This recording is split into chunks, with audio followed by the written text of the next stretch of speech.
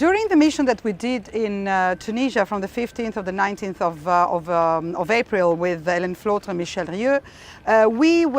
we came across very often the declaration of several people which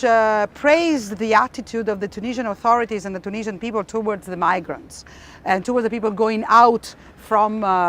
Libya mostly and coming either back to Tunisia or going around the area. And this unfortunately is certainly not something that can be said of the European Union in general and of Italy, France, Germany in particular.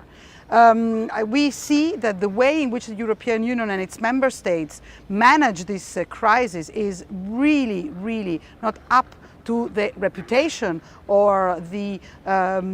declaration that the European Union countries always say about the support of democracy and of human rights. Only about 22,000 people which arrived in the shores of Italy were enough to create a big confusion, a very big uncomfort and a complete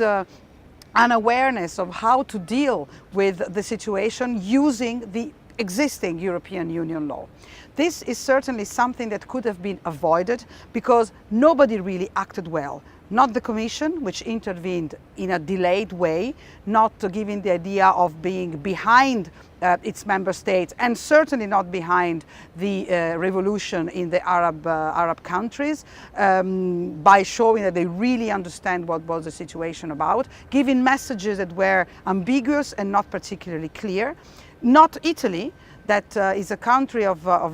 long-standing migration that created a situation of a hysteria campaign about 22,000 people arriving to Italy when in the Kosovo crisis more than 30,000 arrived, and during the Albanian migration many more than that arrived in Italy without creating such an incredible mayhem. The same thing can be said about France and also partly Germany, which basically decided to either close their frontiers or treat the situation like